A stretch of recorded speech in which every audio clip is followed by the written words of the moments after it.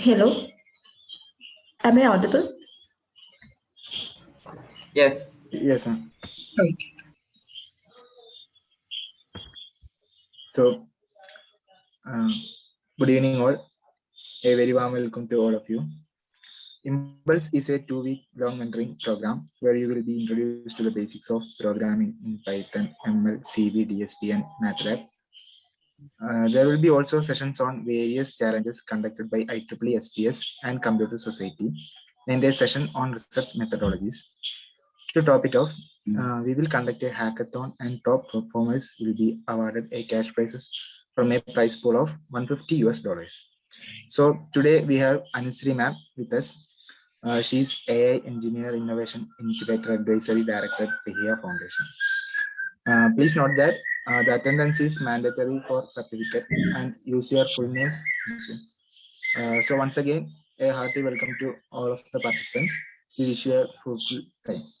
Over to you, ma'am.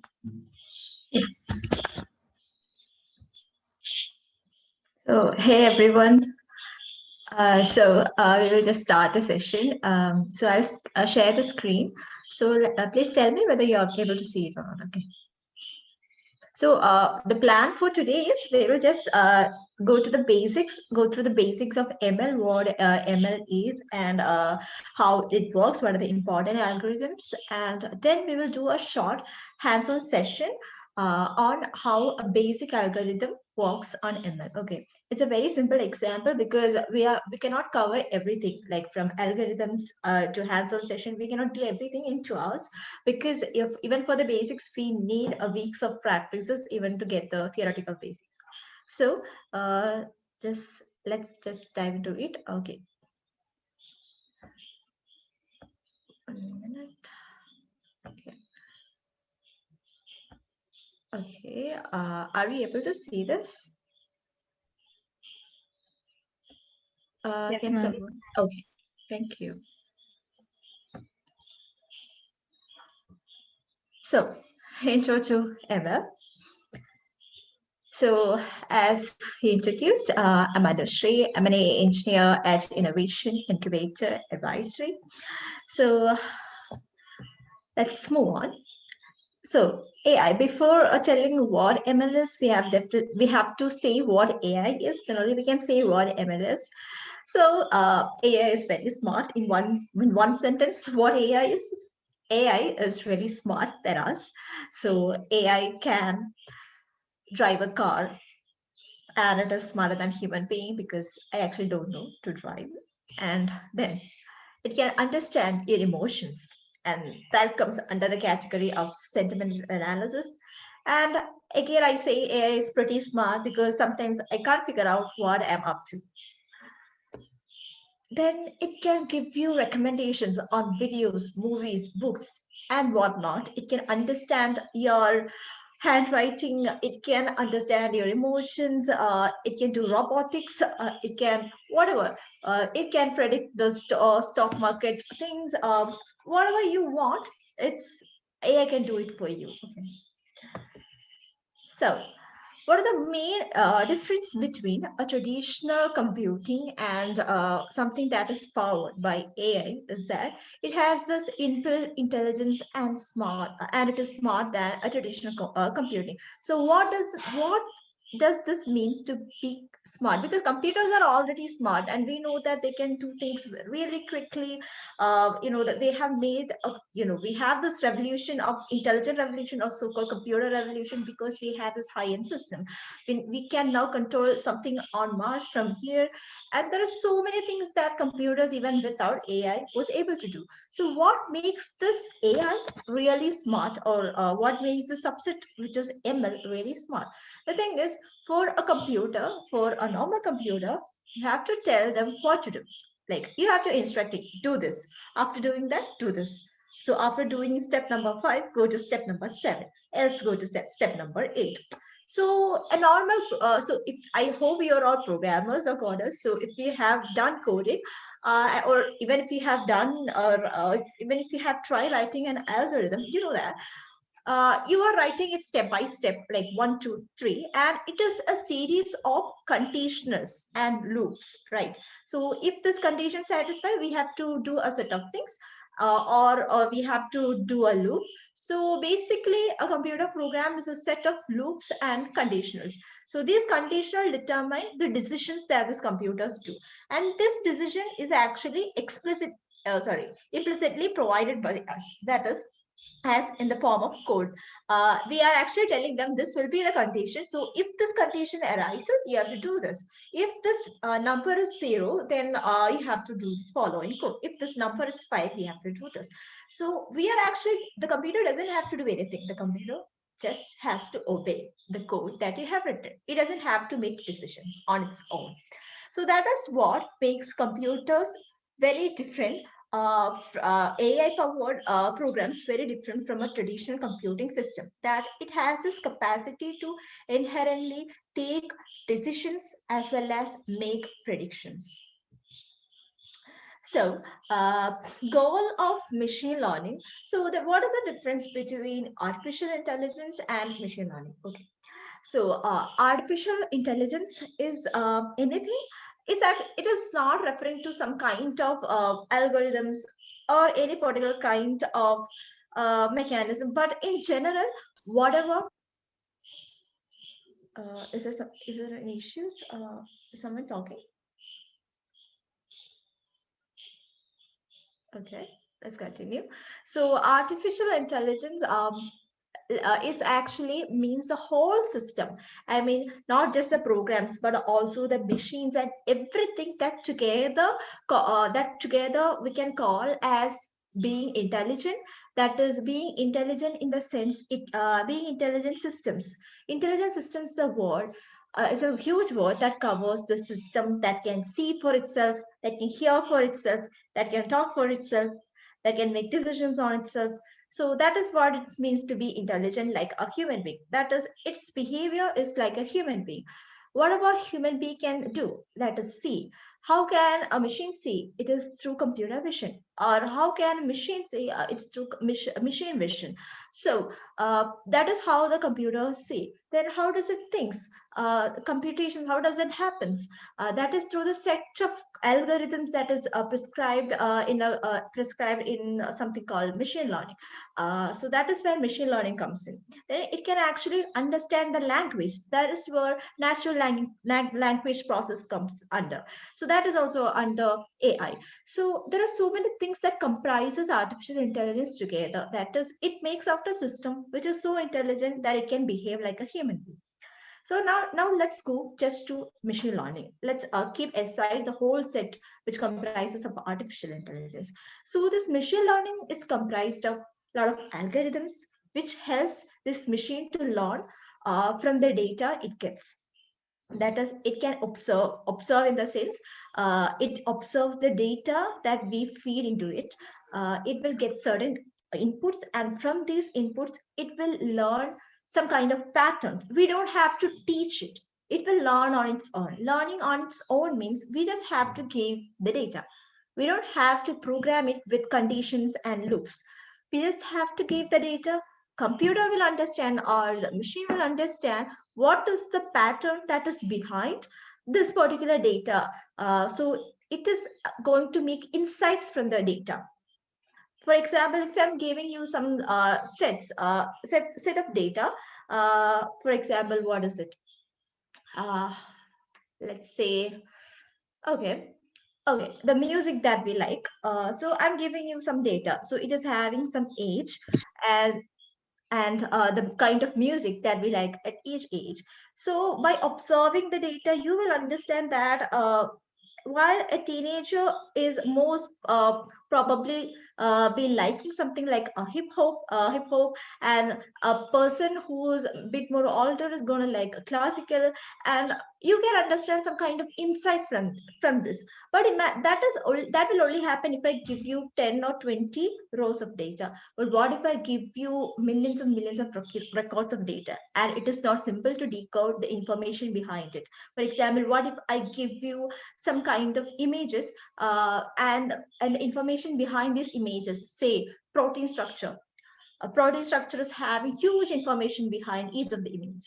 So what are we going to what are the insights that we're going to get from these kind of data? So even the insights that we are incapable of deducing, the machine is able to do it. So one of my favorite algorithm in machine learning is the concept of neural networks. Okay, so we will understand how this algorithm of neural networks works. So why this makes the neural network so special is that when we have so many algorithms like support vector machine, then what else is there? We have classifiers and clustering, and we have this random forest algorithms. We have this decision trees and so many other algorithms.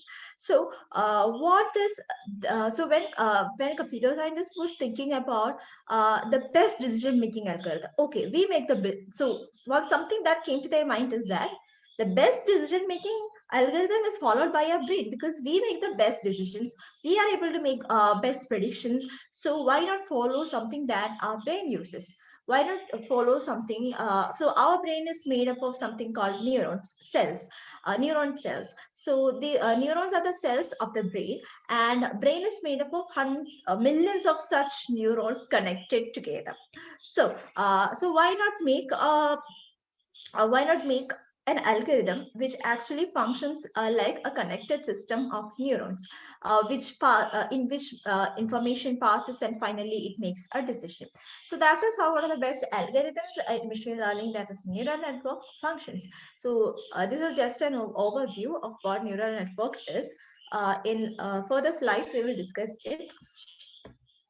So, before going deep into certain things, let's make some terminologies right. Okay. So one of the first terminology that you should be familiar with is called features. So what is the features? Features are nothing but attributes that are related to a data. Uh, for example, if we have worked with spreadsheet or Excel sheet something, you can say columns, right? Then there are rows. So these columns have the attributes related to a particular data. Or in other words, if you have done programming, object-oriented programming, we have this concept of classes. So, for example, let's say something like chocolate. So, in that chocolate, the class name is chocolate, and then we will have some kind of class variables, right, inside the classes, like the brand, the price of the chocolate, the flavor, the age group which it is aimed at, so many class variables. So those are the attributes of the classes. So similarly, each object is having certain kind of attributes related to it. So those are called features. In ML, the most important thing is data, and each data is having certain kind of features. For let's say we are building a system, in intelligent system, which actually predicts the price of the house. Okay, so you're gonna input some attributes related to related to the house. So based on this attribute, the program is gonna predict what will be the price of the house. So some what are the features? So this is what features are. So what are the features or attributes that we have to input such that it can predict the price? It can be the number of rooms, the size of the house, whether a garden is available, what is the distance from the main road, how many bathrooms are there, whether it's attached or non-attached, and whether it's furnished or not. So these are the kind of features that is related to data called price of the house. So there will be so many rows that will contain so many features of many of the houses that we have as a data set. And according to this, we will get an output that is the predicted price of the house. So that is what features are. Features are nothing but attributes. Then, while we are building a model, let's keep it aside, building a model and stuff. But let's say we are building a model, and we have so many features. Okay, while you are collecting this data, you will get so many features, unwanted features, even things that you don't really want. For example, let's say you are collecting details regarding a person and you are trying to predict the expected life expectancy of that person. So what are the data you need?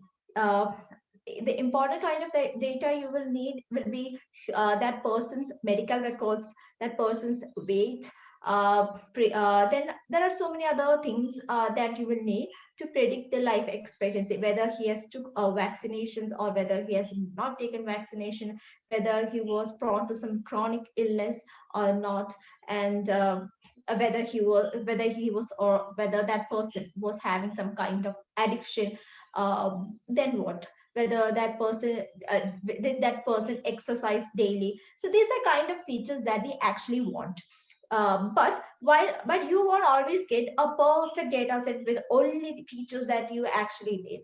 The data set that you're gonna get is very noisy, with so many bad values and outliers, and even with attributes that actually you don't need. For example, in this case, that is predicting the age of a person, some of the value or some of the attributes that you may get in the data set is the school they went, the subjects they study, the music he likes, his height, color of his hair, color of his iris, length of his hand.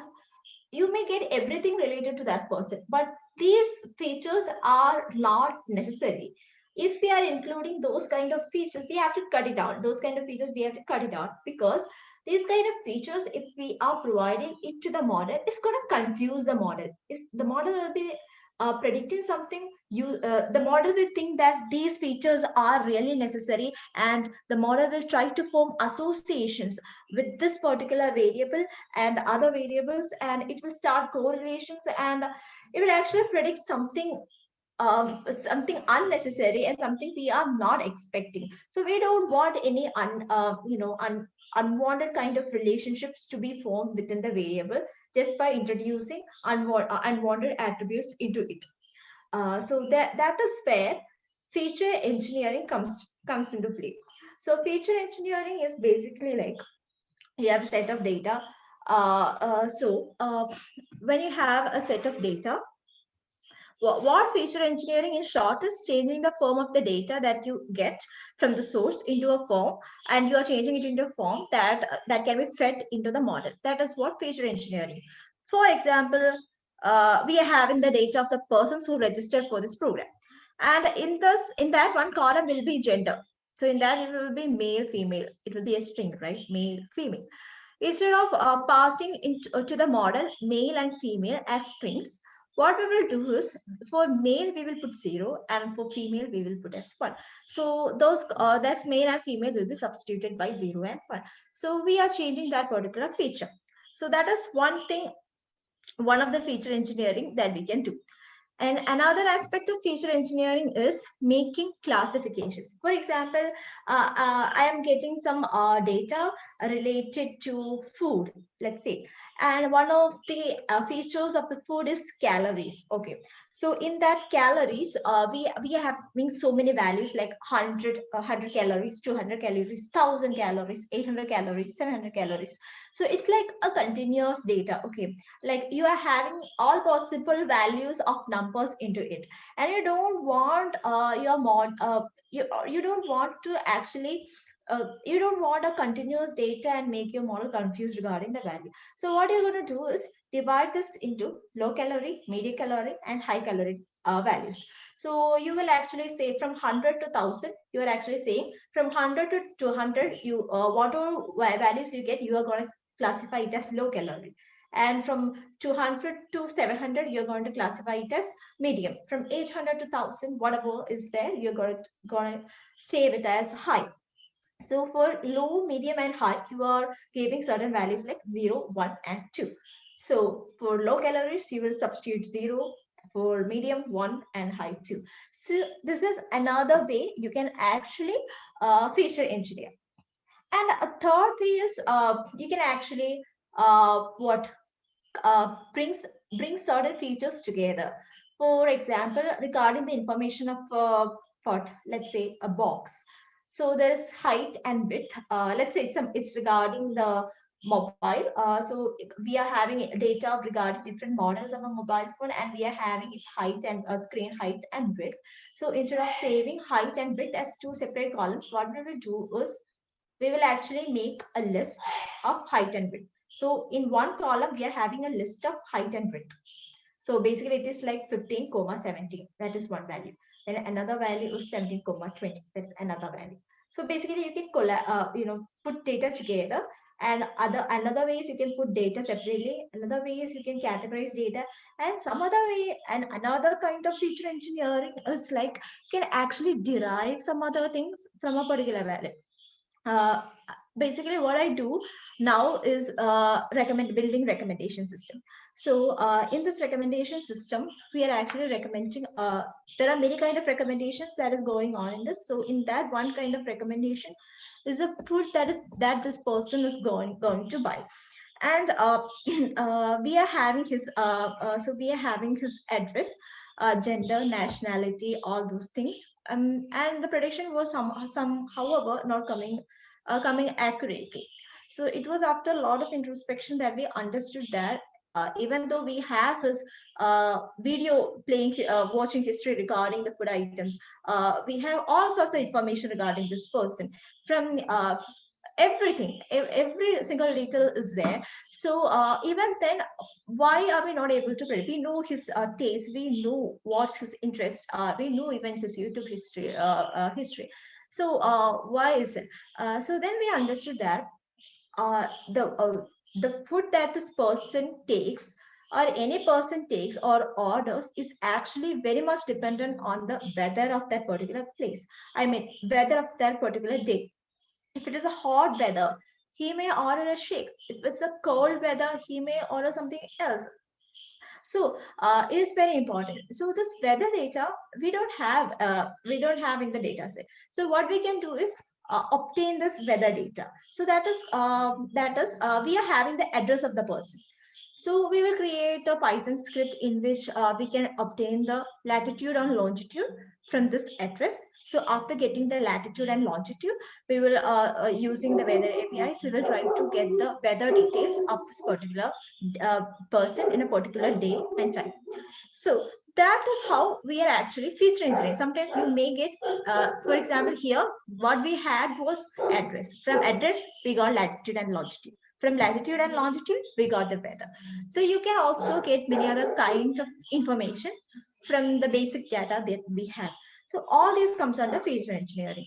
And what you see on the screen is something called one hot encoding. So here we are actually splitting a single column into many different columns. So this is actually to get more. If we are having less attributes or less features, we want more attributes, so the machine cannot. So that is why we are splitting a particular attribute here. The attribute name is color, and we know that only red, green, and blue are the possible attributes here. For example, let's say yeah, if your college is conducting something, and in there is a question called, in the form there's a question called year of study, first, second, third, and fourth. These are all four only possible four values that you can get. There is no five. So if you're pretty much sure that these are the only possible values that you're gonna get into this particular attribute, you can actually divide that attribute into different columns and give this value. So if you are looking at this particular row, 100 means it is a red value. 010 means it's green. 001 means blue, because one is having one. So this particular, this is 100 is a binary number. 010 is another binary number. So each of this binary number signifies each of these colors. So that is what one hot encoding is. That is, here there is a binary number. What is this? This is 4. Yeah, it's 4, right? Yeah. So this 4 signifies red, and this is 2. So this 2 signifies green, and so on. This is 1. 1 signifies, this binary digit is 1001. This is 1. 1 signifies blue. So this is what feature engineering basically is, and this is one of 70% of the time that you're working with ML. You will be doing data collection, data cleaning, data pre-processing, and feature engineering. These are the 4 steps that you'll be doing 70% of the time. For example, if I'm working on a project, I will just take 1 or 2 days to do the architecture of the model and do some tuning of the parameter. Rest 2 or 3 months, I will be working on this kind of data collection, data cleaning, and feature engineering. So another important thing that comes is data set. What is a data set? Data set is a collection of data that is that we have. If it is a something like this, if it's a textual data, you will have something like this as rows and columns. Here, this is the data of products that is ordered through a particular website. So these are the different attributes that you have. When it comes to pictorial data, instead of this spreadsheet, you will be having a folder in which you have a lot of images. So those are different kinds of data set. If it is an audio, you'll be having a folder which contains a lot of audio. So that's it. Okay, let's discuss what are the while speaking of about data set, if you're working for example on a hobby project or something, and I think I don't know how many of you know, I think it's pretty famous. There's a website called Kaggle. So there is no data set that is not available in Kaggle in general for a hobby project. There are so many thousands of data set that is available in Kaggle. So even for testing our basic models, even in industry, we use some kind of data set from Kaggle. So you get a lot of information from Kaggle, and participating in Kaggle competition is a pretty good way to start your journey in ML. So let's talk about the steps. That's gonna that. Okay. Let's talk about the steps. So first step is importing the data. So importing the data, like I said, we have a data set. We will be importing the data, then we will be cleaning the data. So there is a step called pre-processing. Pre-processing actually means cleaning the data, because we will be having this data is not very proper. So we will be having duplicates.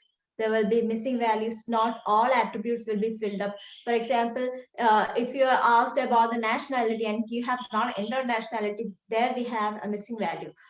We have a missing value problem. Then we have an error. Instead of we expected to enter your age in digits, and this person entered it as 32 in words.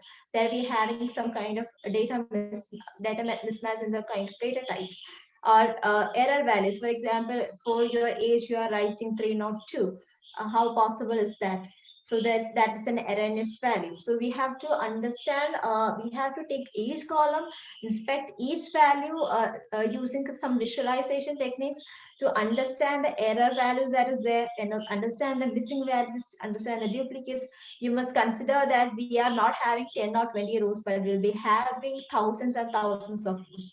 And we have to understand the outliers. Outliers are values which is actually too small or too big for that particular range. Okay. Then convert into cleaning data. Another thing is converting into proper data type. Sometimes you have to convert into strings, and sometimes you will have to convert the strings into numbers, and sometimes it should be in the form of date. Sometimes it should be in the form of list. There are many things that is associated with that. And the other process is dividing this particular data set into test and train data set. That is, we are not going to use this whole data to train our model. Training the model is a step in which we are teaching our model how to think based initially I told you we are giving this a particular data, and based on the data it will understand the patterns. So in order to understand the patterns, we are feeding it some data. That data that we are giving to the model to learn this particular pattern is called the training set. Okay. So that using that data set, the model is trained to understand the pattern. Then we will have a test data set. So this test data set we have not given to the model. Okay, we are not going to show this test set to the model. It's basically like your teacher is teaching you something. Maybe let's say, okay. let's say your teacher is teaching you multiplication, and your teacher taught you the tables of ones, twos, threes, and till the tables of tens. So from 1 to 10, you know the entire multiplication table. So that you have to understand, that you have to understand how numbers are being multiplied, what if 2 and 8 are being multiplied, what will the answer be, and all those things you are being learned. So let's imagine this 1 to 10 multiplication table is your training set, but you are never taught the 29's number 29's multiplication table. You are not taught, but for the exam your teacher is asking you what is 29 into 18. If you are able to answer that, you pass the test. Like, okay, this guy's no multiplication, this guy no multiplication. So that is what a test set is. This thing your model has never seen, your model has never learned anything from that particular data, but you are giving that data to test the model whether it could actually perform on some data that it has never seen. uh, like for the recommendation system, we have data of so many people, their watch history to predict a video that they're going to see. So that model can actually predict my accurately predict my next recommend video recommendation, because it already has my patterns. It already have my patterns.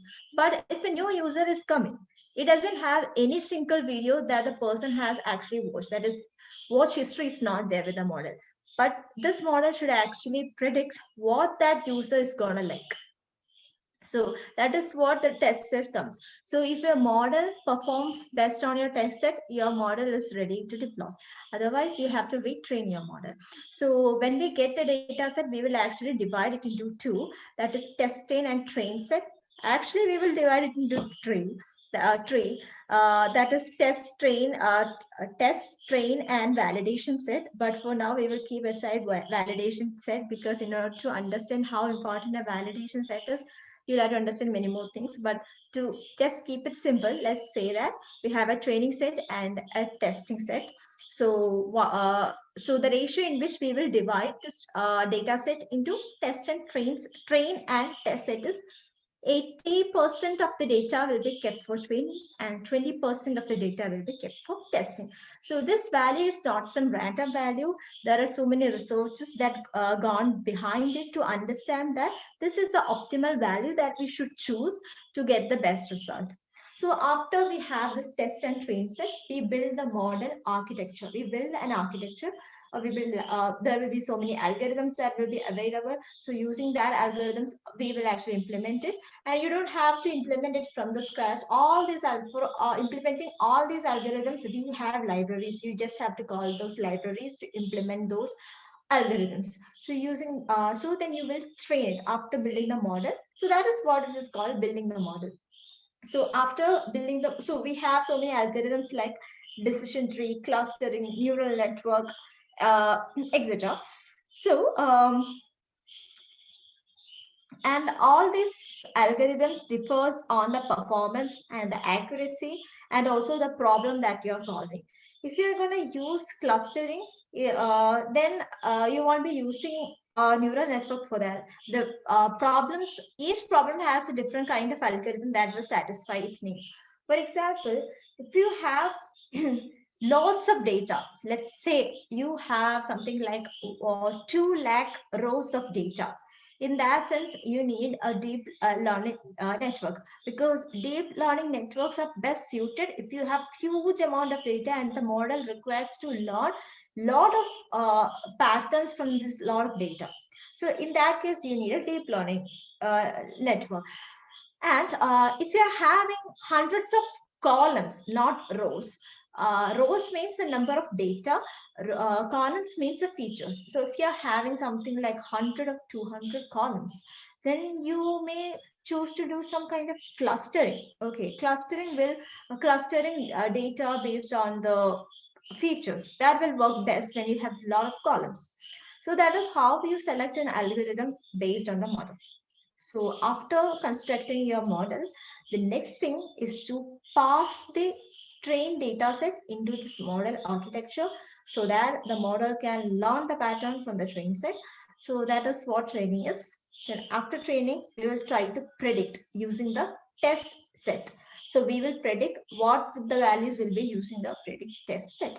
So then we will have to understand whether the predicted values are right or wrong. If it is wrong, we have to retrain. So how will we understand whether these predicted values are right or wrong?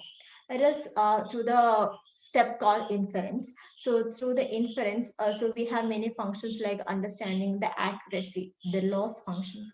So many functions like that. So by doing that, we will understand how good the model is, how good the model has predicted, or how erroneous that values was. So if it is having very good high accuracy, model is perfect. If it's having very low accuracy, we are gonna retrain it, or we are having so many ways we can do it. We can either tune the parameters. There are certain parameters of a model, something like learning rate, number of times we are going to train it. There are so many hyper parameters associated with the model.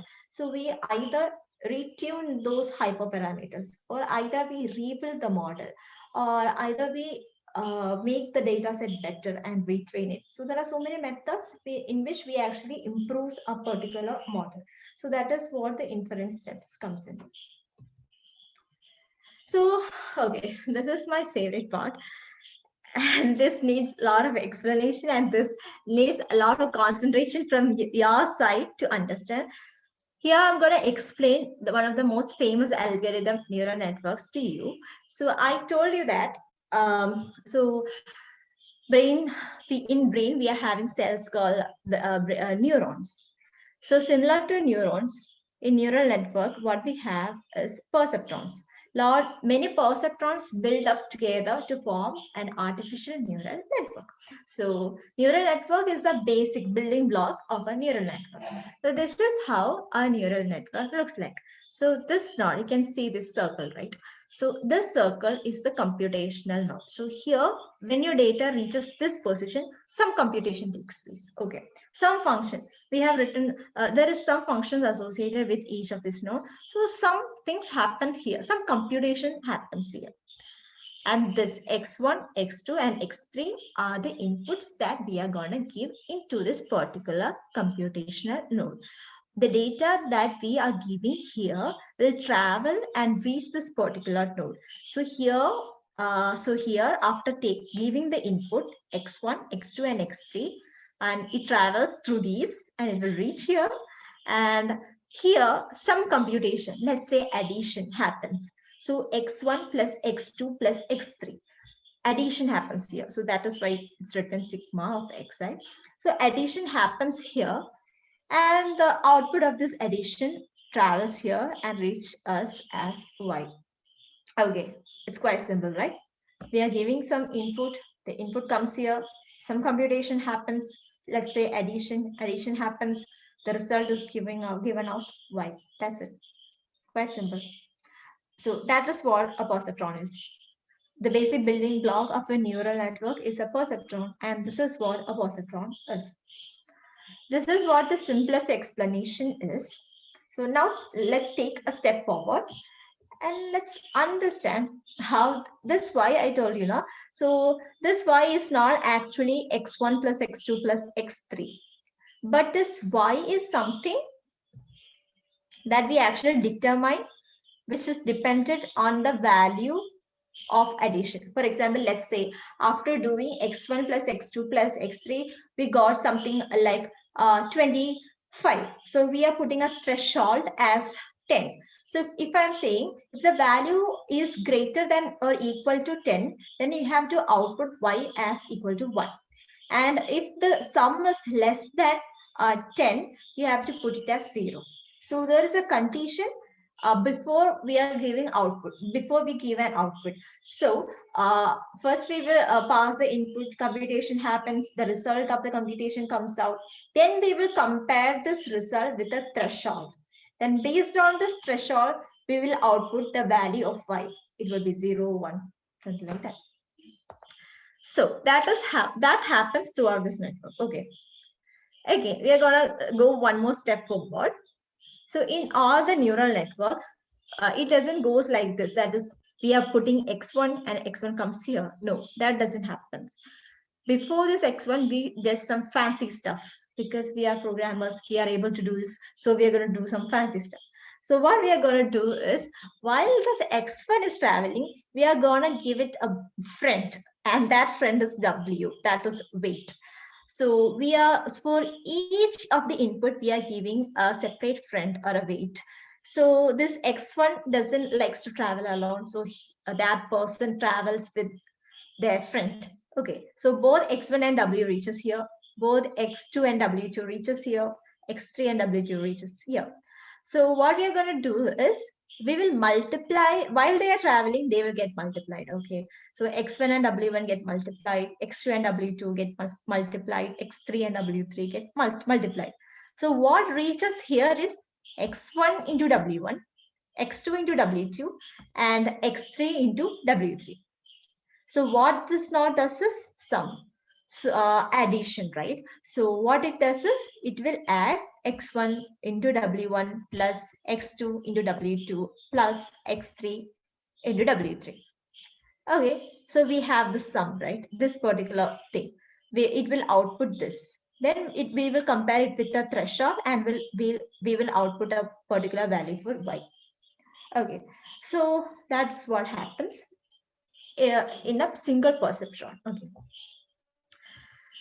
So don't get overwhelmed. I know there's a lot of stuff on the screen. Okay, let's go one by one. Okay, so let's say that we actually use neural networks to make decisions. That is, for the computer is gonna make decisions for us, right? So one of the decisions that I have to take is, should I go outside today? Should I go outside today?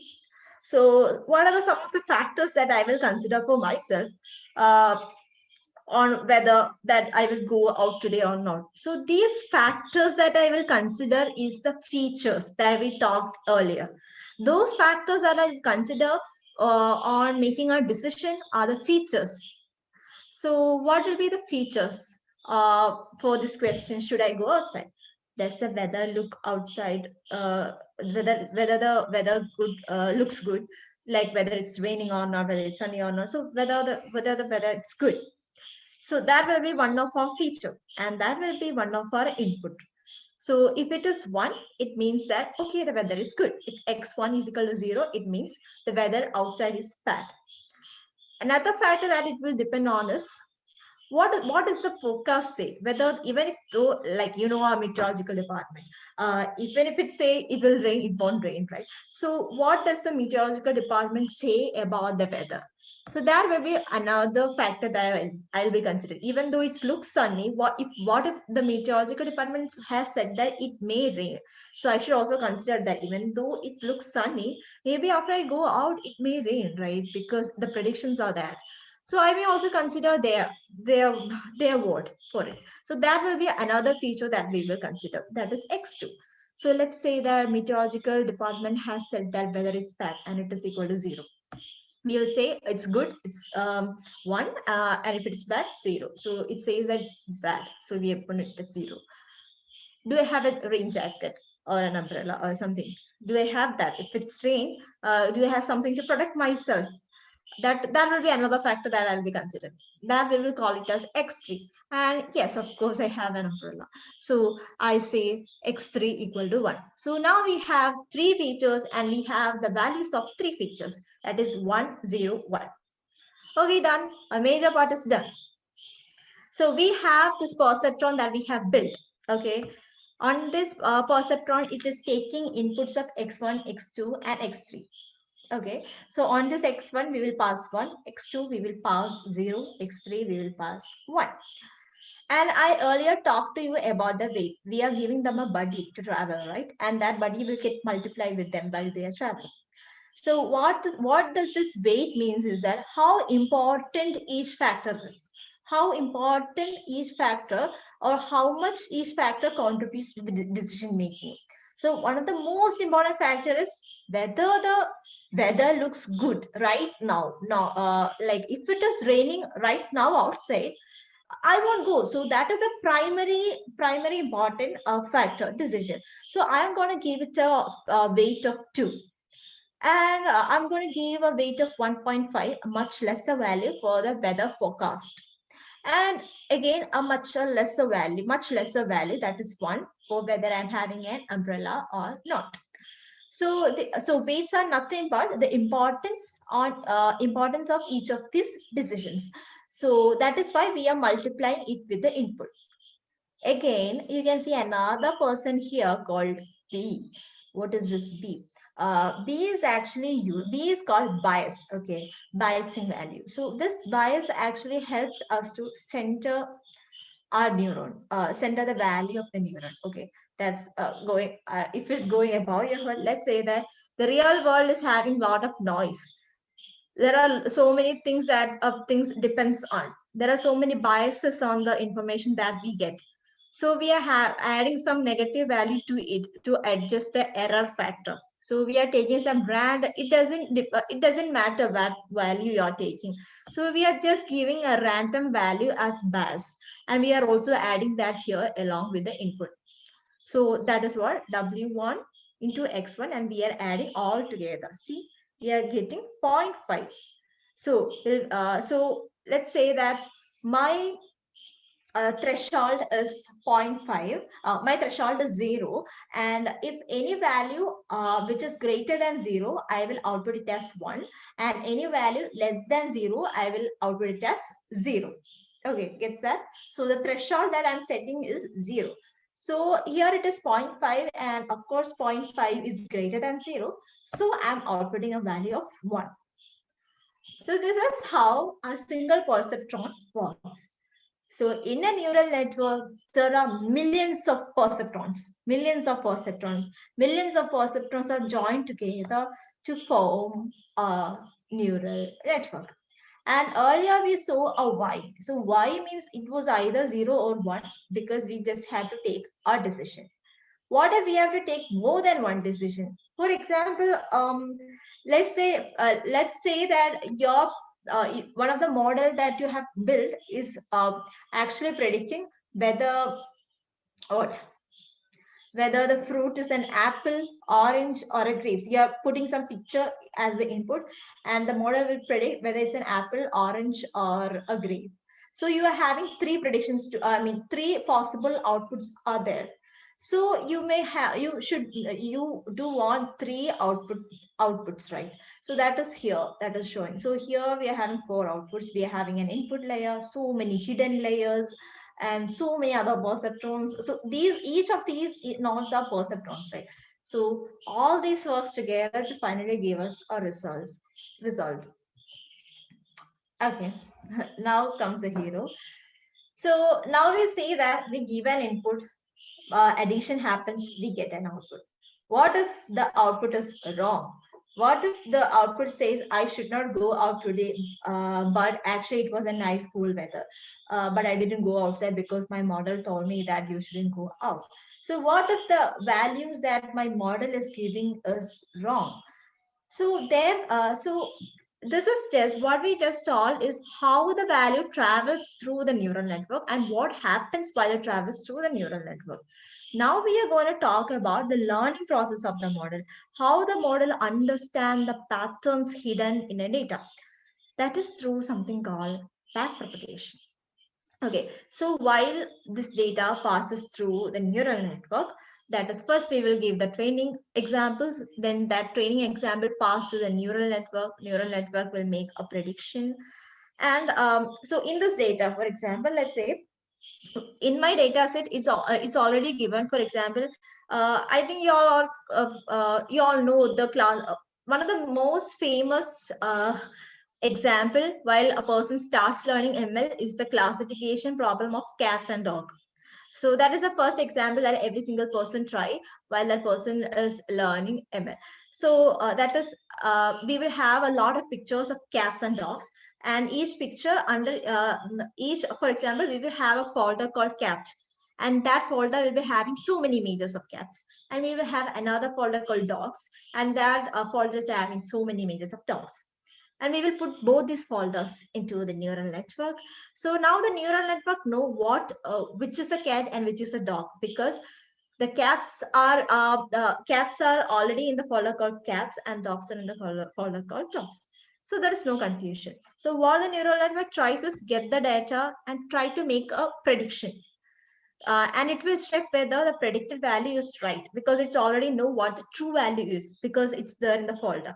So it will actually compare whether it's right or wrong. So what happens if it is wrong? So then how does it learn if it is wrong? So that algorithm is called as back propagation. It will use an algorithm called back propagation to understand the error and to learn accordingly. Okay, so how will the back propagation understand it is wrong? The prediction that it has made is wrong. It is using a function called cost function.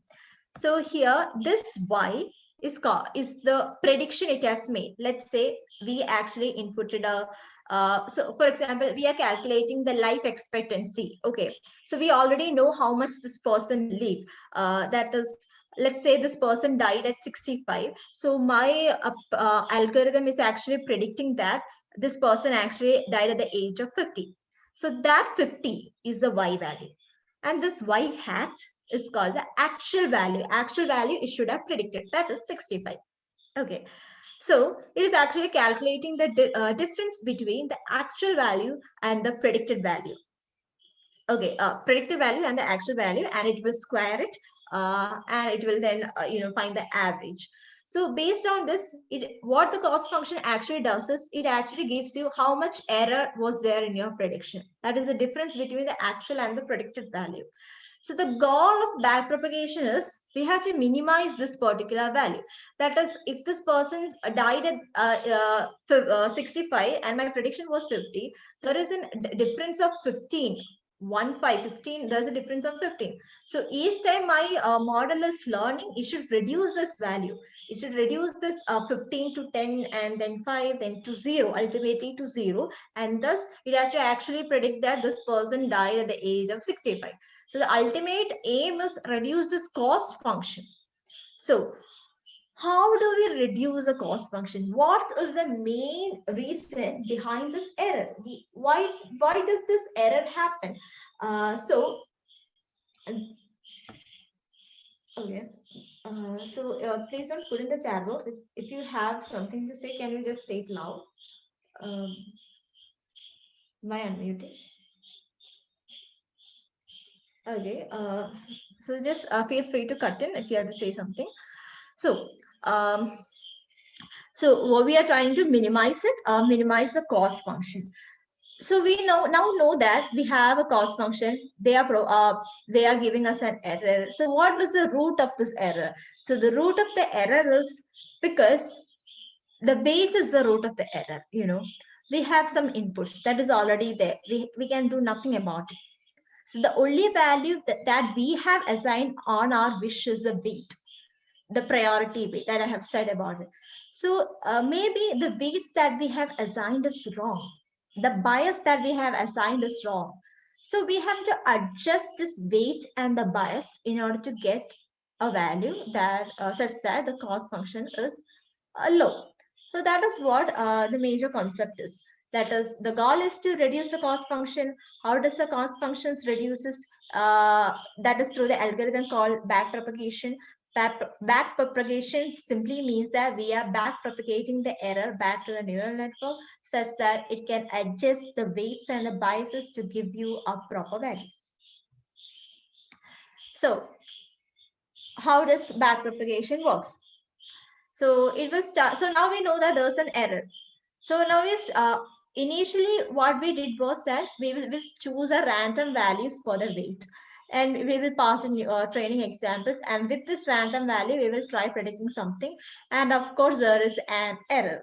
And what is the reason for this error? The reason for this error, it's the weights, the random weights that we have declared.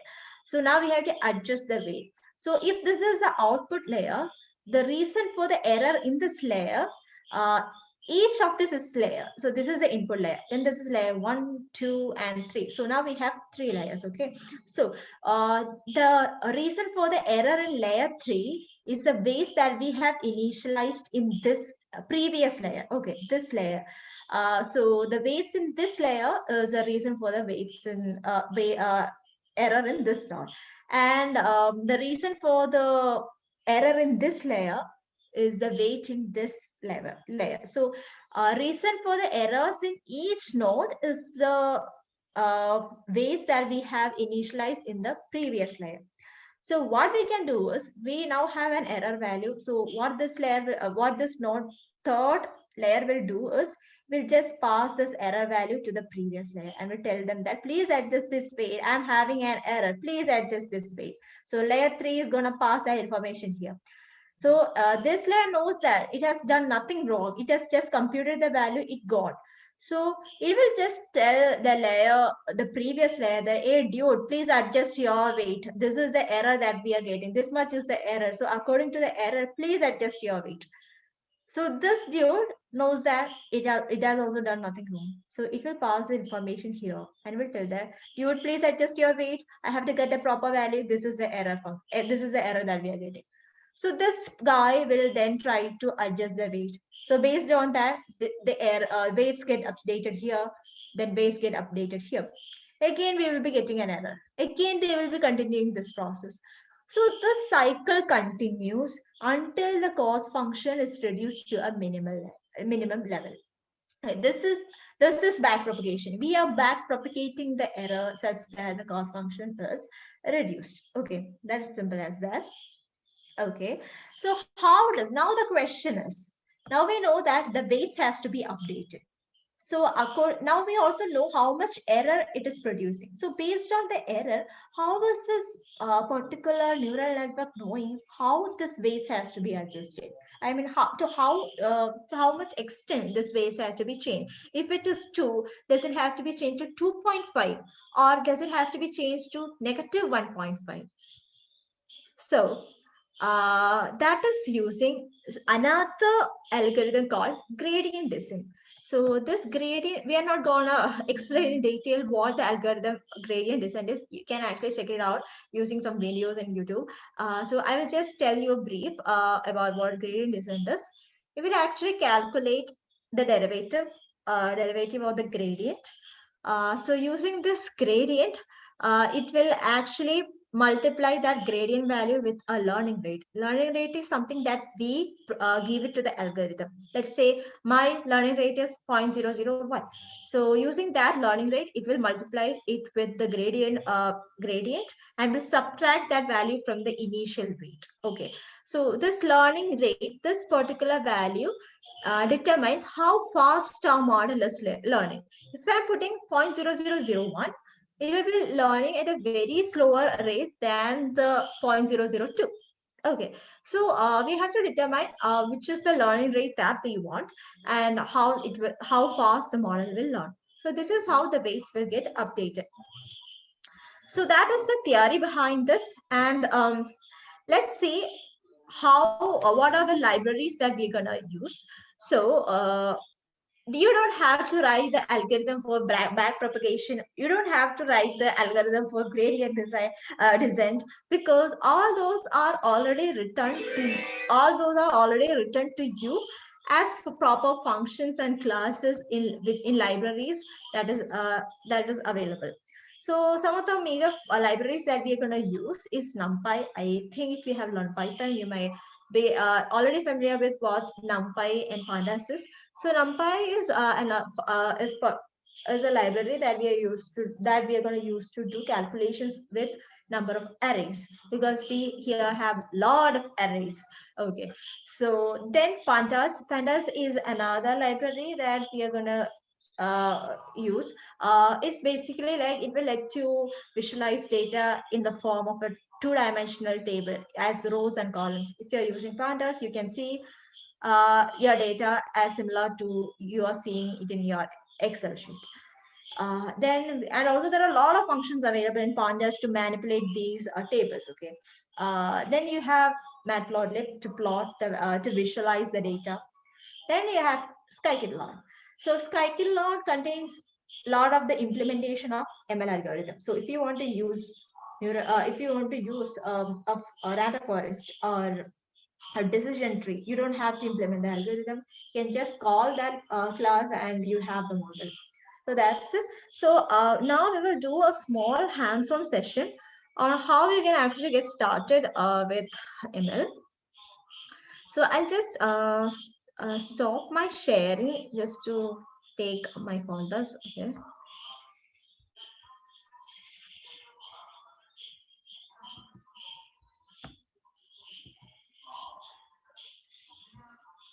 So, mm,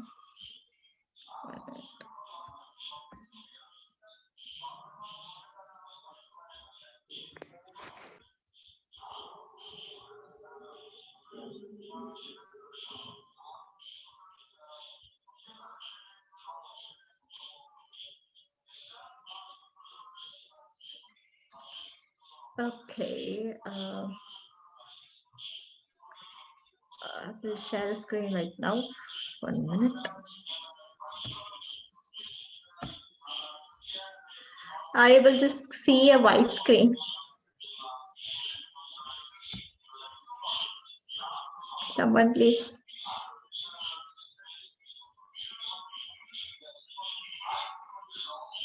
Hello, can someone please confirm whether you're able to see it?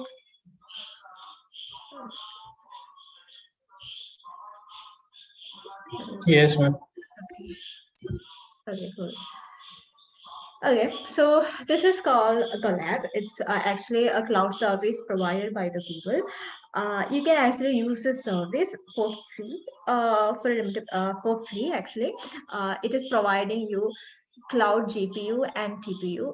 So because when while you are training your model, you need GPUs. So Google service cloud services is actually giving you free GPU through this collab. Okay, so this I don't know how many of you are familiar with Jupyter Notebook. So if you're familiar with Jupyter Notebook, Collab is similar. So Collab is another Jupyter notebook, but with GPU. That's it. So so if you are not familiar with Jupyter notebook, no worries. We will just discuss it now. So 1 minute. Okay. So here you can see plus code and plus text. So if you put this plus code, you will get a cell. In this cell, you can actually type some command, Python command. Okay, for example, let's not break the tradition of hello world. So here, and then control enter, the cell will run and you will get an out. So why we are using notebooks for ML is that we have a lot of data manipulation that has to be done. We are not running as a file, but we are actually trying. It's like bits and bits to analyze code. So we need a step by I mean cell by cell running. So that is why we are using this. So now let's delete this. So this is my so here we need data, right? So I have actually uploaded some data. This is called music data. So this can you see this? So this is the music data that we have. So what it contains is one field is age, another field is gender, and another field is genre of the music. So according to the what we are trying to do is according to the age and gender of the person, we are trying to predict what kind of music that person likes. So here one is for male and zero is for female gender. Okay, I have encoded it as one for male and zero for female. As you can see here, from age 20 to 25, this is actually data that is just, randomly produced. Okay. Doesn't have some kind of meaning. So this is random things. So from 20 to 25, people who belongs to the gender identity of male likes hip hop. And from 26 to 30, they prefer jazz. And after 30s, they prefer classical. When it comes to women, they like dance. I don't know what kind of genre is dance or music. Okay, anyway, let's take this dance for the age 20 to 25, and 26 to 30 they are liking acoustic. And one thing we can note here is that above age 30, both the gender prefer classical music. Okay, so these are some of the data that we have, and this is there in music, in a file called music, and this is a file that we'll be working on, and this is another file that I have. We are not going to work on this file, but okay, that let's okay. I'm going to use that file to just let you know how pandas works. So by clicking here, you can actually by clicking here, you can actually mount your Google Drive, which contains the data. Okay, I have already granted the access, so the drive is already mounted. So by clicking here, you can actually mount the drive. So on this, you can actually see the whole data. Okay, here. So these are the files that we want to work with. Okay. So let's see. Let's take this row recipe. This is a CSV file. Okay. So I'm going to copy the path of this file, and before that, we're gonna work with pandas. Okay. So we're gonna definitely import pandas as PD, because each time I don't want to type pandas, so I'm going to import it as PD. Okay. Then we are going to add another cell. So I'm going to call it as data is equal to PD dot. So it's a CSV file. This one is a CSV file. So pandas is having a function called read CSV. You can see here suggestions comes up. So read CSV, it will read a CSV file. So I have already copied the path as you have seen earlier. So I'll just paste it. I'll run it.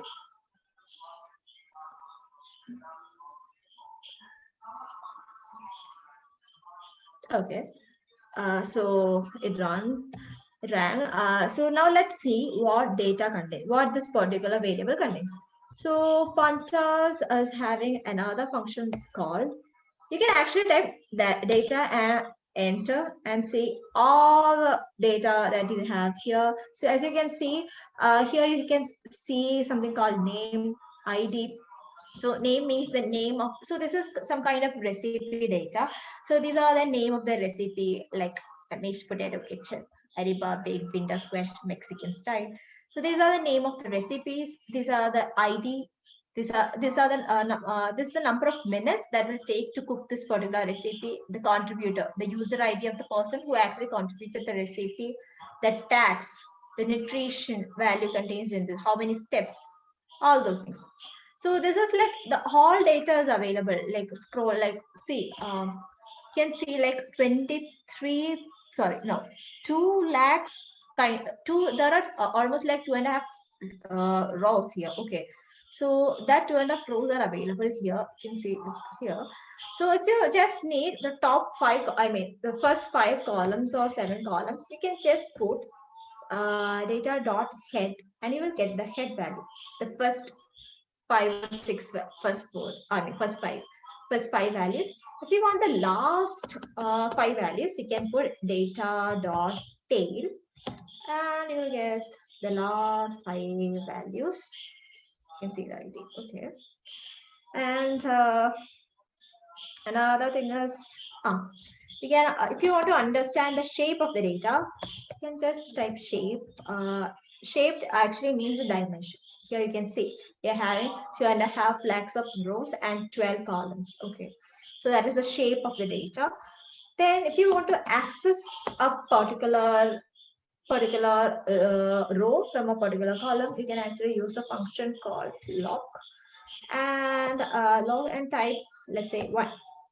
Then you will get the second row. Okay, see, this is the second row, that is the name, a bit different, breakfast pizza, ID. So this is the second row. Okay, and if you want to access one particular field, let's say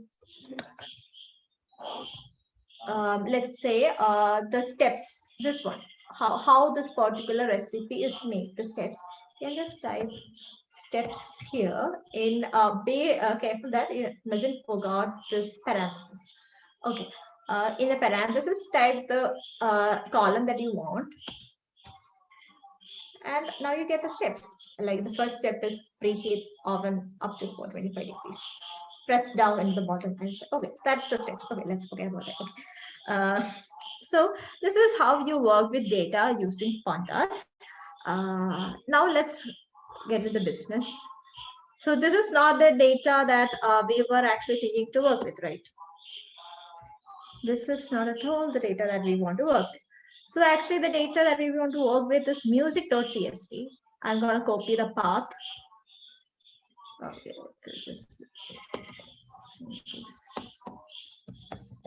music. Done. Let's see whether data have been read properly. Music.data.head. Yes, we have age, gender, and genre. Yes, we have. So the data is safe and secure.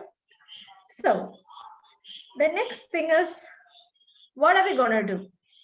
The thing is that we have to predict the genre of the music if we enter the age and gender. Okay. So we are going to input a particular age and gender, and it should give me the output, the genre that that person likes. So this genre is the output variable, and age and gender should be the input variable. So we have to split it into two, right? Age and gender should be input, and genre should be the output. We have to split it. So let's call the input variable as X and output variable as Y. So we are going to split the data as such. So let's say we're going to split data as input. So we're going to X is equal to data. So data contains the data, so that is why data. So what I'm going to do is I'm going to place this age and gender into X. So what I can just do is I can actually delete this genre from this data table. Then I will get the age and gender, right? So I'm going to delete this genre from the this thing. So I'm going to call a function called drop. So drop function, what it does is it drops a particular column that is being passed through. And if I and this doesn't actually, if I, even though I'm calling this with the data, it is not going to actually change anything in this data variable. Instead, it's going to assign it to another variable.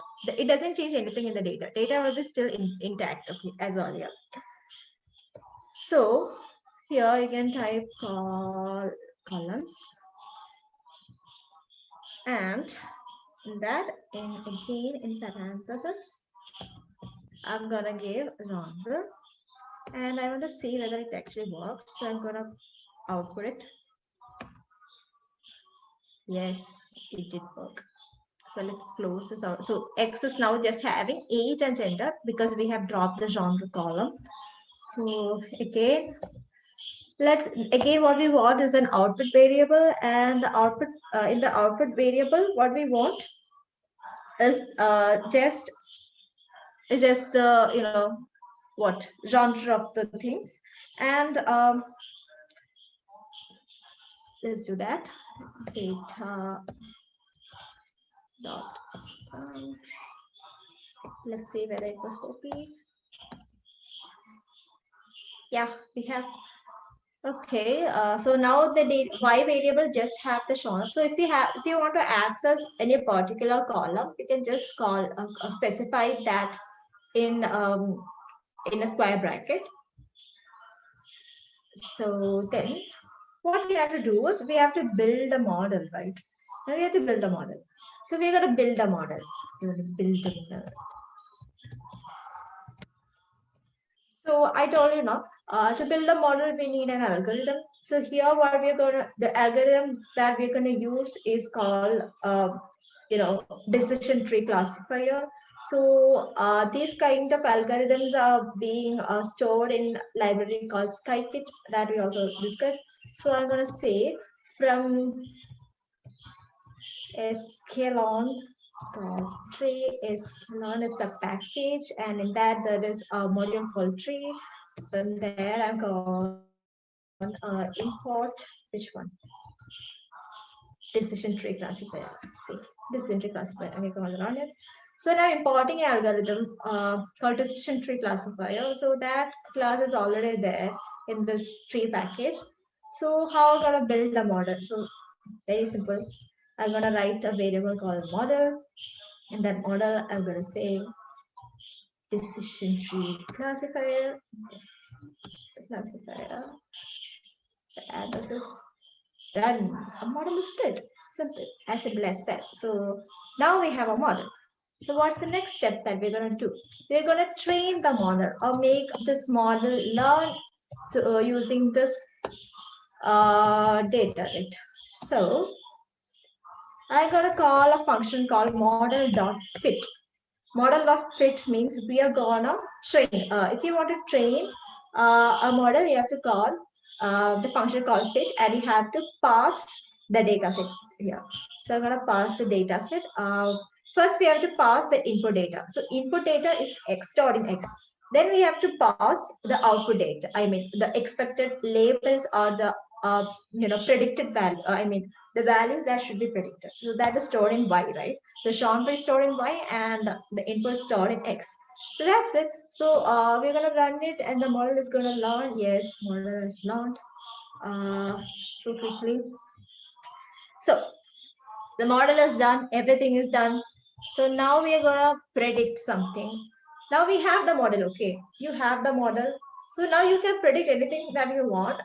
Anything in the sense, you can actually predict according to the age and gender whether this prediction is right or wrong. So now one thing that we have, model dot predict. So predict is a function that we are gonna use to predict a particular thing. Okay. So here, one thing is that the first variable here, as you can see in our, okay, we actually, okay, as you can see here in the X, see, the first was age and the second value was gender. So we must pass the input as a list of age and gender. Like if you want to know what a person of age 20 with male gender will actually prefer, I will have to pass it as a list of 20 comma 1. Okay, because that is how we train the model in that order itself. So we already know that people above the age of 30, whatever gender they are, they prefer classical, right? So I'm going to just try out that. I'm going to try 35 and male, that is 1. So what will be the kind of music they prefer? We already know that above the age of 30, both the gender used to prefer classical. I think it was. Yes, it predicted that this person is gonna like classical. Let's change the gender to 0, that is female. Yeah, again it predicted that it's gonna like classical because both gender used to like classical. Now let's see what the age of 17 and a teenager will like from a male category. Hip hop. So a teenager is gonna like a hip hop. What if that is a girl? Okay, that's good. They are gonna like a dance category. I'm gonna check what 22 will like. Age 22, gender girl dance. What if the girl is above is 40 years? Classical. Okay. So now you have a model, okay? And now using this model, you are able to predict things. Now, I told you now, so you want to test whether this model is actually predicting. That is, you have to test the accuracy. So to test the accuracy, I already told you that we want a set of data which the model has not seen yet. So how can we test? So how can we do that? So I told you now we have to divide the existing data set into two, that is training set and a testing set. So I told you we are going to divide it into the ratio of 80:20. So for that, to divide this thing, to divide to divide this thing into training and testing, Oh, before that, I can actually tell you the accuracy of this. Oh, okay, that will be not good. Will be very high. So from sklearn dot model selection import test train test split. Yeah, this one. I'm gonna run this. So now what I'm gonna do is instead of this, okay, instead of this x, I'm actually now we actually pass the entire data set as x and y. Okay, so now I'm just gonna pass 80% of this x and y into the training data set. So how can we do that? I'm gonna add a cell. So there's a particular function called test. Wait, I will just write x train. That is the input variable that we are going to use for training. Then x test, the input variable that we are going to use for testing. Y train, that is a label for the training set.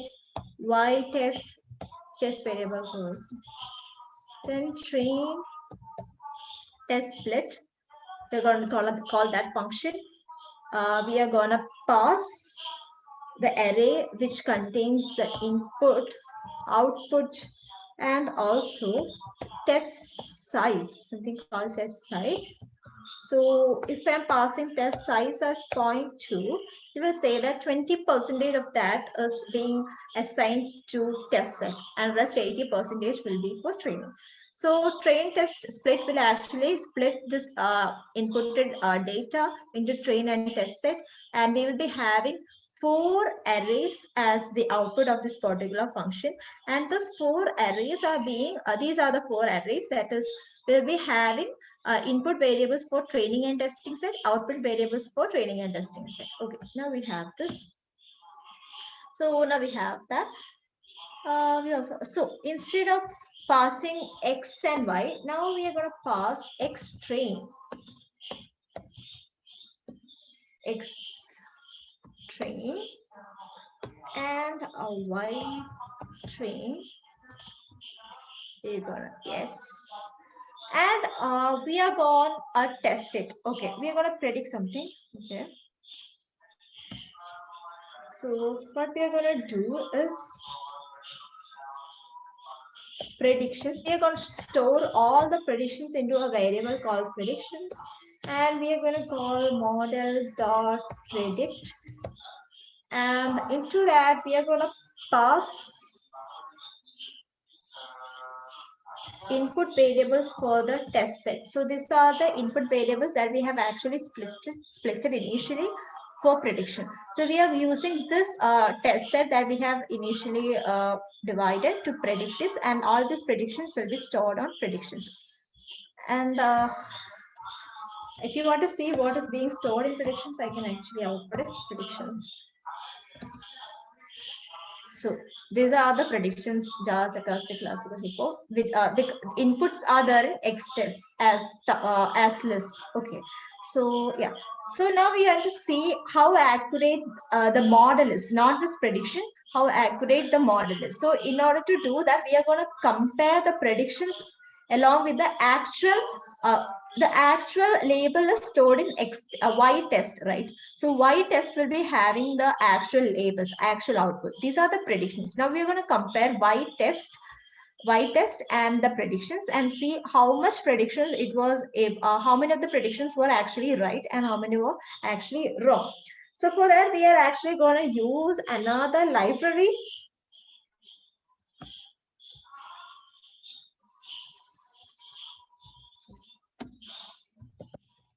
From sklearn dot, okay, sklearn dot metrics import accuracy score. So that is accuracy score is one of the functions that we're going to use in order to see the accuracy score. So accuracy score. So these are the predictions that it made. And we are going to compare it with Y test, right?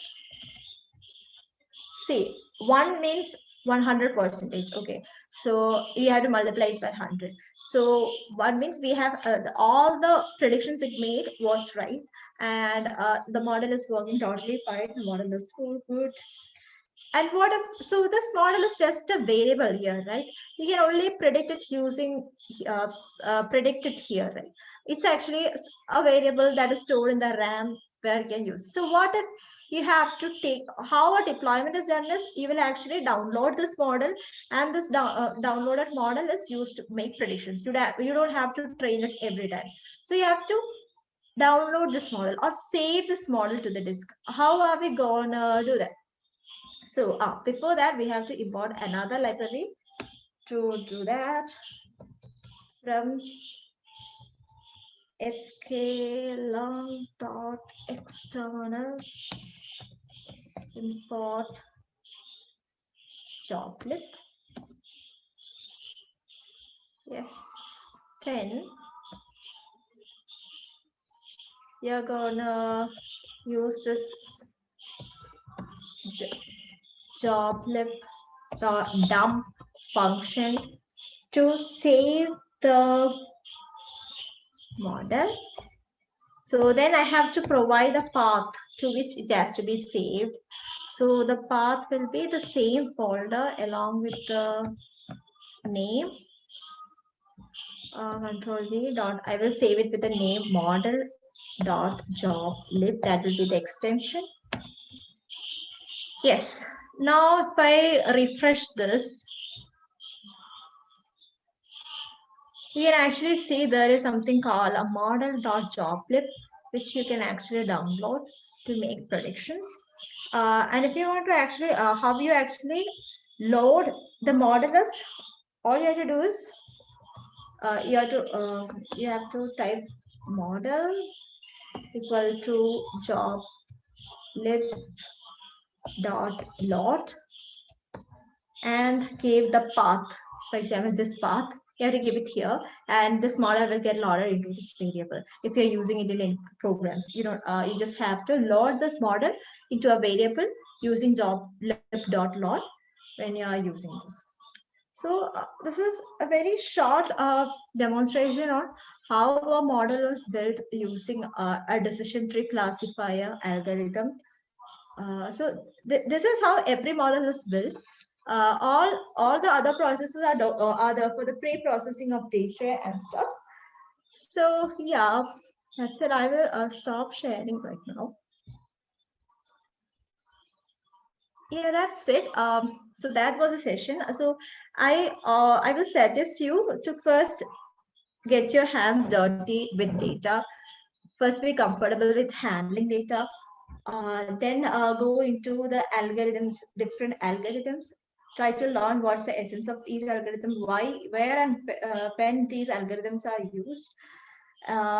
Then try out the problems in Kaggle. So that is how the learning path should be, and the learning path different from people to people. That's also fine. Yeah. So any questions?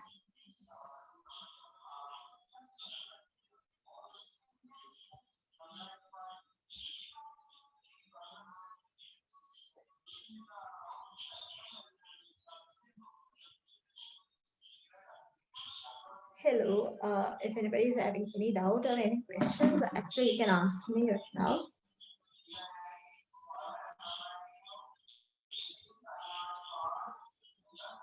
You can either put in the chat box, or you can actually unmute and speak for yourself.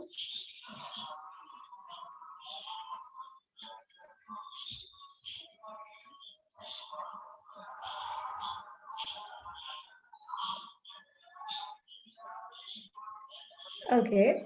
So what's the significance of B in perceptron? So speaking like an academician, I would say that B is called bias. Okay. So the bias is actually used to resender the data to the neuron. Okay. To resender the data means the data will be very noisy. Data will be having extreme values, low values, a lot of stuff. So in generally, in practical world, there are always biases, right? We cannot make all the data that we have is noisy. No data is perfect. So we are actually providing some noise. We are actually providing kind of a noise or some kind of bias in order to actually reorder that data. It is actually necessary. Noise is actually necessary because that is how the practical situation is going to be. So we are training the model in such a way that there's always a bias. It's actually BIA's bias. The same thing bias in normal world.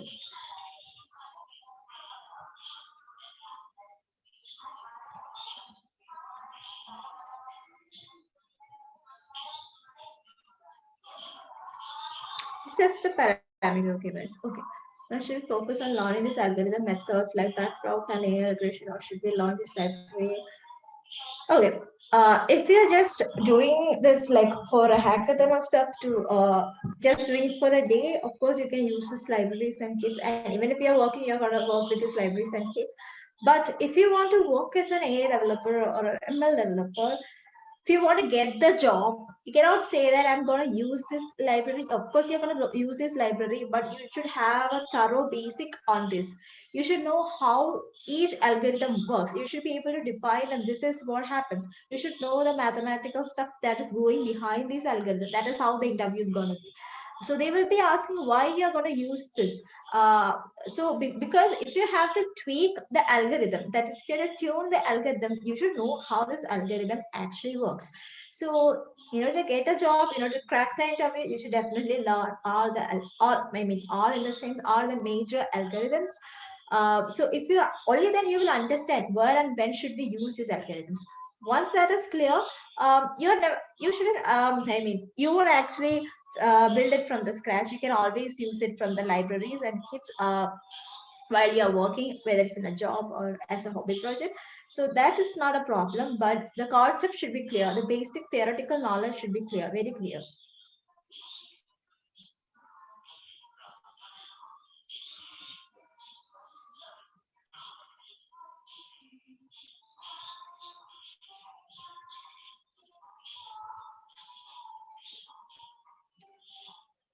Which are the most commonly used libraries for ML? Do we actually use libraries like TensorFlow, Courses libraries?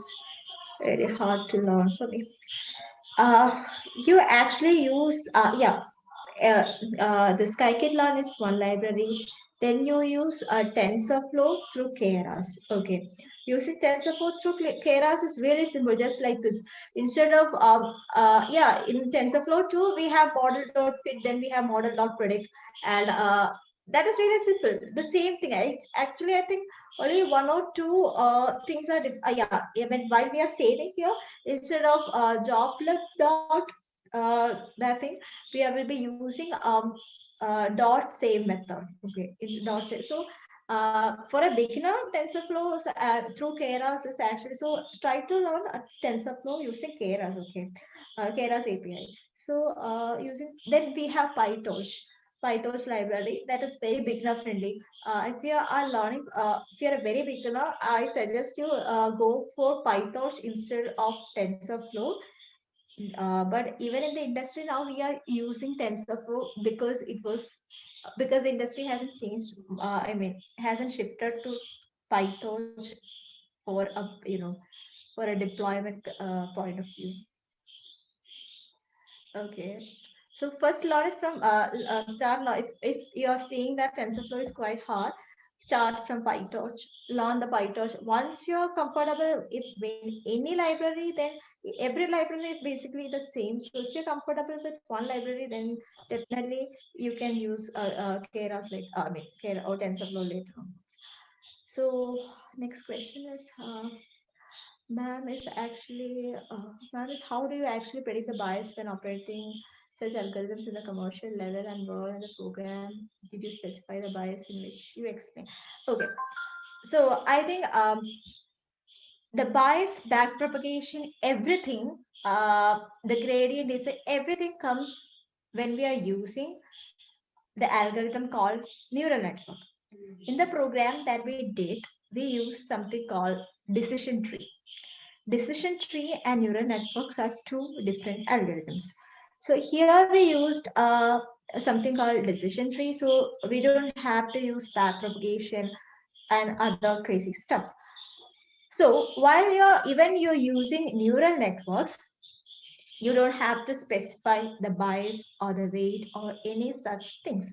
That is why you are using a library. And also, even if you are writing it from scratch, that is, you are building your own neural network algorithm from the scratch, the bias and the weight is something which gets updated while the model learns. So therefore, usually what we do is we initialize all the weights and biases from zero if you are implementing it from scratch. You can put any random values. You can put 0.1, you can put 2, you can put 3, any value for weights and biases initially. Then you give an initial value for weights and biases. Then the model will, you will give one certain value for weights and biases. That is totally random and up to you. And the model will learn and will understand that these weights and biases are wrong, and it will update the weights and biases based on its learning procedure. So whatever value, initial value you are giving, the model will definitely update it as it is learning. That is what this learning process of the model is. If the model is going to go by the initial weights and biases that you are giving, then there is no need for the model to train. The thing is that, of course, the weight and biases you're going to give is wrong. That is why the model is having error and is not able to predict. So the process is, first of all, we randomly give some values for weights and biases and initialize weights and biases. Then the model will update the weights and biases on its own. We don't have to worry about the weights and biases. That is why it's called smart.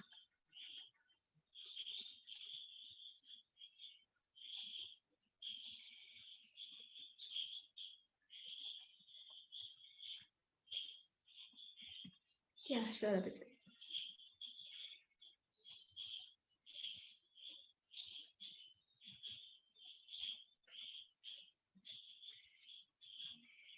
So, any other question?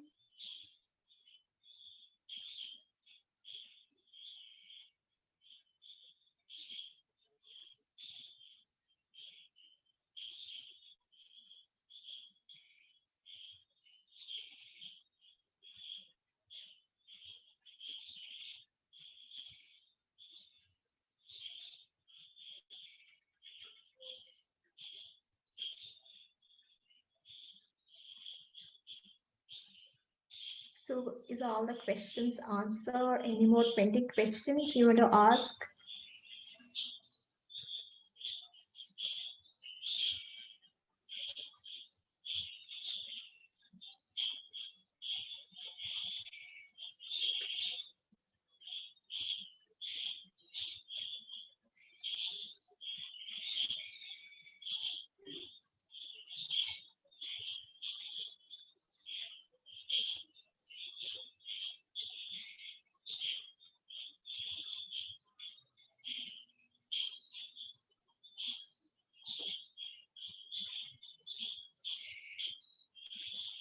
No, Collab is not paid. Collab is free. Collab is free for your use. GPU is free, TPU is free, everything is free. The only constraint is there is a limit. For example, as it is paid and it is a cloud system, it is actually so there is this kind of restriction, time restriction, like you cannot, for example, if you are training a model, this actually happened to me when we are actually training a system, training our model, sometimes which is very huge, it will actually take lot of time. Here we were just having very little data, that's why it's actually took just milliseconds to train that. This actually took me hours and hours to train this particular data. And I had to keep my system open for actually one full day. So after doing that, after using Collapse GPU for one full day continuously, because this laptop, it was get training continuously from day and night. So after that, there is a quota, like in a day you can actually only use this, and it is not written that you can only use this many hours. It actually depends on depends on the availability, availability of the GPU. So if there are a lot of traffic and a lot of people are requesting for the GPU at a time, and you have been using the GPU from day and from the whole for the whole day and night, of course, then you cannot use it. It will get disabled, and it will tell you that please try again after some time, because your daily limit is over. But in normal cases, you can, it is actually like a free service, and you have a lot of time to use it. And it has, my quota has been only over once now, and before that it has never been over, and that was because I was training day and night continuously.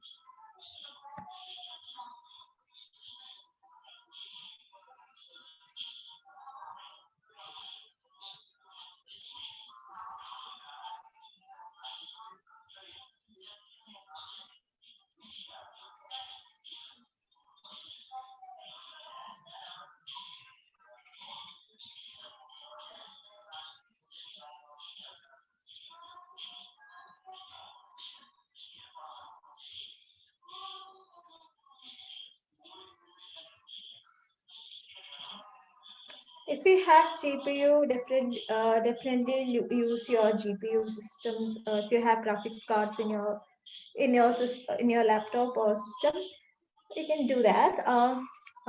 Then yeah, you also have to install a library called CUDA in order to use your GPUs. So if you have that, and if you have installed CUDA once you have installed CUDA library, you can definitely use the graphics cards in your system.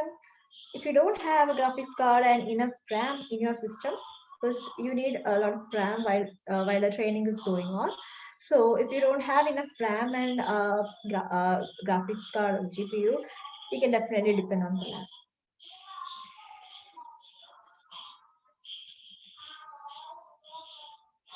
Thank you, Sainara. Thank you. Thank you for the feedback.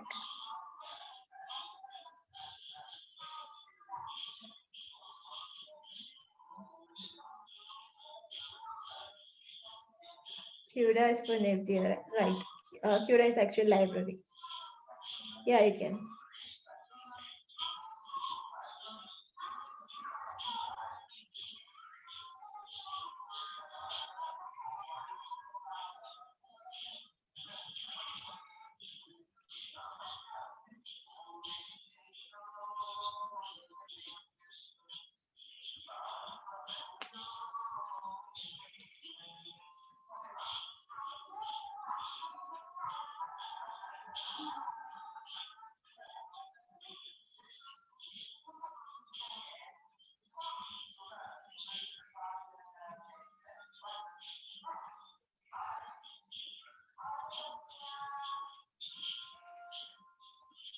Any more questions? So how was the sessions going on? I think you're having yesterday also there were some sessions, right?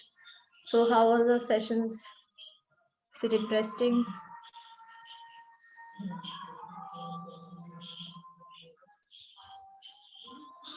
Do you have some kind of hackathon in the end? Yes, ma'am. We have a hackathon at the end of the 10 days. Oh, cool, nice. Today is the third day. So what's the plan for tomorrow and day after tomorrow? Tomorrow will be a session on OpenCV. Okay, fine. Nice. OpenCV is really interesting. If you are into computer vision and image processing, it is actually interesting, very interesting. I used to work in machine vision initially. It's actually quite good. Yeah. Thank you, Adit. Thank you, Pooja. Thank you for the feedback. So I think that's it, right, Rahul? So Yeah, so can we wind up? yeah, we can wind up. I think that was one question. What share your industry experience? Okay. There's no much about industry experience because I'm a 2020 pass out. So first I used to work at L&T Technology Services. I don't know how many of you heard about L&T. So there I used to work as a machine vision engineer. So machine vision is something like computer vision, but for machines. It's like the machines, for example, it is used in manufacturing sections to automate things. In channels like Discovery Plus and things, you might have seen inside the big, huge manufacturing sections where the robotic hands comes and pick up things and places things, screws things automatically. So that is called machine vision, where the machines does it everything automatically as if it has a vision. So, for example, let's say it's a PCB manufacturing unit, and you have to understand which there will be hundreds and thousands of PCB manufactured, and you have to place each of the products at the. I mean, a PCBA board is having many resistors, capacitor. Each board is having their own template. See, you have to understand whether each board is perfect. There is no defect. Like there is no defect on the board. So basically, a person who looks on it and compare it with the template, then we can understand like, okay, there's a resistor missing here, or here the soldering is a bit more high. So basically, the machines will be doing this defect testing as if they can see. So that is what machine vision is. I used to work there. And after that, now I joined Innovation Incubator Advisory. Here I now work in recommender system for e-commerce as well as for recommender system for something sort of, and another kind of spin-off of YouTube for that particular product. It's a space where you can see videos related cooking videos, basically. No, kind of a YouTube. So the recommendation system for that for them. So those are the two kind of industry experience that I have. And before that, during my college days, I used to do internship in computer vision. I have done an internship in computer vision. Yeah, those are my experience.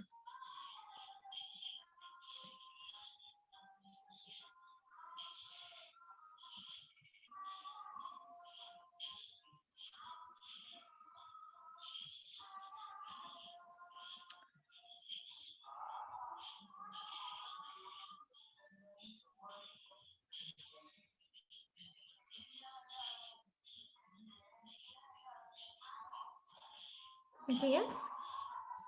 So I think that's it, Rahul. So we'll be wrapping Yeah, up. yeah, Oh, yeah. So thank you all for joining, and special thanks to Ansari ma'am for taking time off her schedule to join us here today and give us such a wonderful and informative session. Hope it was a fruitful time for everyone. For those who have missed the session due to some network problems, recording of the session will be uploaded in the Google Classroom. Also, in case of any queries, please fill the feedback form, which is also uploaded in the Google Classroom. Okay, happy learning, and see you all tomorrow in the day 4 session of OpenCV. okay. Okay, Thank you. bye bye.